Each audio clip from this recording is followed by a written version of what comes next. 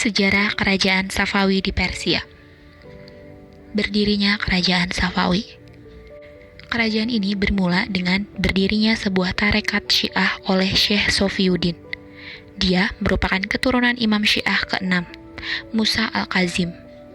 Pada awalnya, tarekat ini hanya berkutat pada agama, lalu pada perkembangan selanjutnya merambah ke bidang politik. Hingga pada akhirnya pada tahun 1502 Masehi, berdirilah Kerajaan Safawi yang dipimpin oleh Ismail bin Haidar. Dialah pendiri sekaligus raja pertama Kerajaan Safawi. Ismail bin Haidar, raja pertama Kerajaan Safawi, melakukan ekspansi besar-besaran pada 10 tahun pertama masa pemerintahannya, sehingga dia berhasil menguasai daerah Persia hingga timur Fertile Crescent. Selain itu, Provinsi Kaspia di Mazandaran, Baghdad, dan daerah barat daya Persia, Sirwan, dan Khurasan juga berhasil dikuasai pada masanya. Kerajaan ini bertahan hingga 1722 Masehi. Raja terakhirnya bernama Husin Shah. Masa kejayaan Safawi. Masa kejayaan Kerajaan Safawi terjadi pada masa pemerintahan Abbas Agung, yakni pada bidang politik, ekonomi, seni arsitektur, dan ilmu. Politik. Pada tahun 1602 Masehi, kerajaan ini berhasil menguasai daerah yang dikuasai Turki Utsmani seperti Tabriz, Sirwan, dan Baghdad. Lalu, 10 tahun berikutnya berhasil menguasai Kepulauan Hormuz dan mengubah pelabuhan Gumrun menjadi pelabuhan Bandar Abbas. Sehingga jalur perdagangan antara timur dan barat yang biasa diperebutkan oleh Belanda, Inggris, dan Prancis dapat dikuasainya. Ekonomi.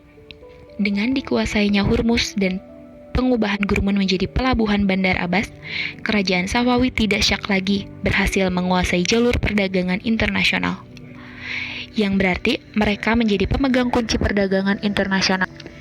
Tidak hanya itu, mereka juga membina hubungan dagang dengan Rusia, sehingga keadaan ekonomi Kerajaan Safawi dalam keadaan makmur.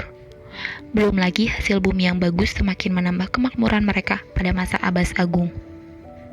Seni arsitektur.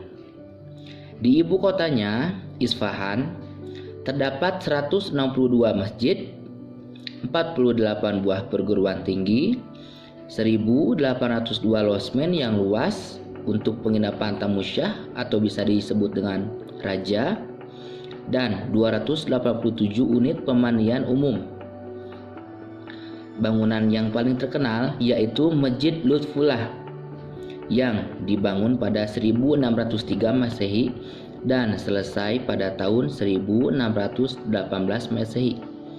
Merupakan sebuah orotarum yang disediakan sebagai tempat peribadatan pribadi syah. Dan selain itu, jembatan kayu yang melintang di atas sungai Zayendeh ini dibangun pada abad ke-17 Masehi dan memiliki lorong beratap yang dihiasi dengan keramik warna-warni. Dan ini menunjukkan perkembangan seni arsitektur pada masa ini berkembang dengan baik. Yang keempat, ilmu. Ilmu yang berkembang pada masa dua Syafi'iyah meliputi ilmu fasih, filsafat, fikih, agama, dan yang lainnya.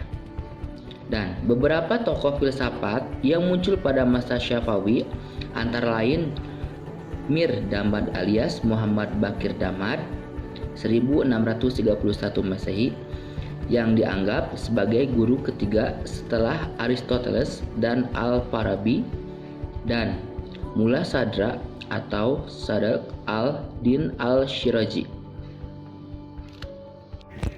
Faktor kemunduran Kerajaan Safawi.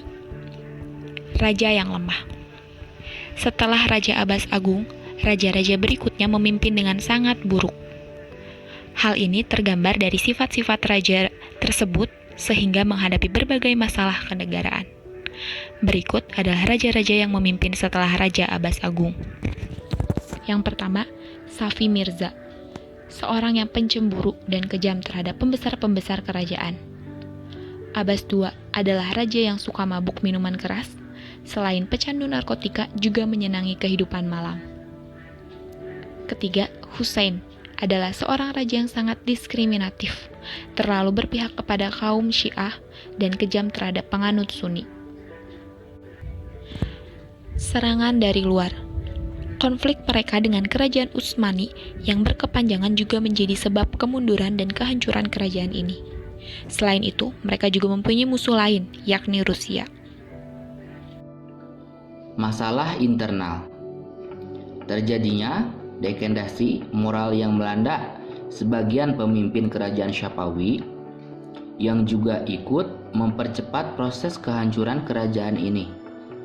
Raja Sulaiman yang pecandu narkotika dan menyenangi kehidupan malam selama 7 tahun itu tidak pernah sekalipun menyempatkan diri atau menangani pemerintahan, begitu pula dengan Sultan Hussein. Yang berikutnya, lemahnya sistem pemerintahan dan pertahanan serta keamanan. Yang berikutnya, gagalnya kebijakan pemusatan pemerintahan dan ekonomi. Dan yang terakhir, seringnya terjadi konflik intern dan dalam bentuk perebutan kekuasaan di kalangan keluarga istana.